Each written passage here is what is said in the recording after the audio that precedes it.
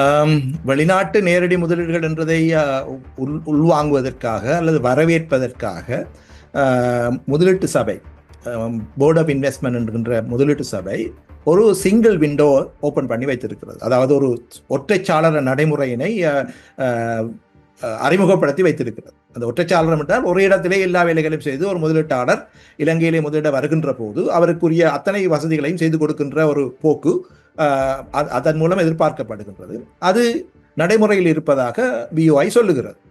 ஆனாலும் கூட நாங்கள் எதிர்பார்த்தவாறு ஒரு மிகப்பெரிய ஒரு பாய்ச்சலை நாங்கள் அடையவில்லை. கிட்டத்தட்ட கடந்த வருடம் $1 பில்லியன் அமெரிக்க பெறுமதியான முதலீடுகள் இலங்கைக்கு வந்திருப்பதாக புள்ளி விவரங்கள் மூலமாக தெரிகின்றது. அந்த $1 பில்லியன் என்பது ஏனைய நாடுகளுக்கு வந்த முதலீடுகளோடு ஒப்பிடுகின்ற போது ஒரு காத்திரமான சிலாக்கியமான ஒன்றாக நாங்கள் பார்க்க முடியாது.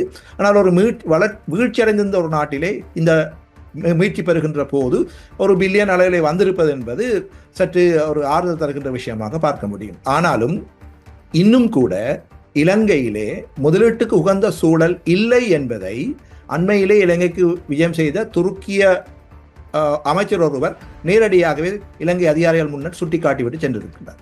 இன்னும் அதிகாரிகள் அதாவது அனுமதி பத்திரங்களை பெறுவதிலே சிக்கல்கள் இருக்கின்றன, தேவையான ஆளுநரை பெறுவதிலே சிக்கல்கள் இருக்கின்றன. குறிப்பாக இந்த அனுமதி பத்திரங்களை பெறுவதிலே மிகப்பெரிய நீண்ட இழுபறி இருப்பதாக சொல்லுகின்றார்கள்.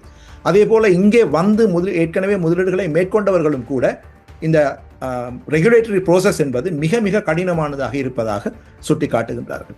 ஆகவே இது 2 சந்தர்ப்பங்களாக இருந்தாலும் கூட அந்த சுட்டிக்காட்டப்பட்ட சந்தர்ப்பங்கள் இரு சந்தர்ப்பங்களிலே இந்த இலங்கையினுடைய முதலீட்டு சபை ஒரு ஒற்றைச்சாளரத்தை அறிமுகப்படுத்தி வைத்திருந்தாலும் கூட இங்கே உள்ளே வருகின்றவர்கள் முதலீட்டுக்கு உகந்த சூழல் இல்லை என்பதை சுட்டிக்காட்டிய 2 சந்தர்ப்பங்களாக அவற்றை நாங்கள் கொள்ளலாம். ஆகவே இலங்கை முதலீடுகளை கவர்வதாக இருந்தால் இன்னும் நீண்ட தூரம் பயணிக்க வேண்டி இருக்கிறது. சும்மா ஒரு பேச்சுக்காக ஒரு ஒற்றைச்சாளரம் இருப்பதாக சொல்லிக் கொள்வதன் மூலமாக முதலீடுகளை கவர்வதற்குரிய ஒரு சூழல் இங்கே இல்லை.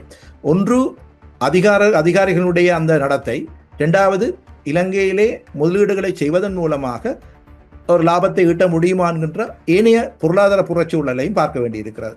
ஏன் ஒருவர் இலங்கைக்கு வர வேண்டும், இலங்கைக்கு வராமல் இந்தியாவுக்கு செல்ல முடியாதா, வங்காளதேசத்துக்கு செல்ல முடியாதா, அல்லது மாலைதீவுக்கு செல்ல முடியாதா, ஏன் இலங்கைக்கு வர வேண்டும் என்பது சம்பந்தமாக இலங்கை அதிகாரிகள் மிக தெளிவான ஒரு கொள்கையினை வகுத்து அதன்படி செயற்பட வேண்டிய ஒரு கட்டாயம் இருக்கிறது. அது தொடர்பான எந்த புரிதலும் இருப்பதாக தெரியவில்லை.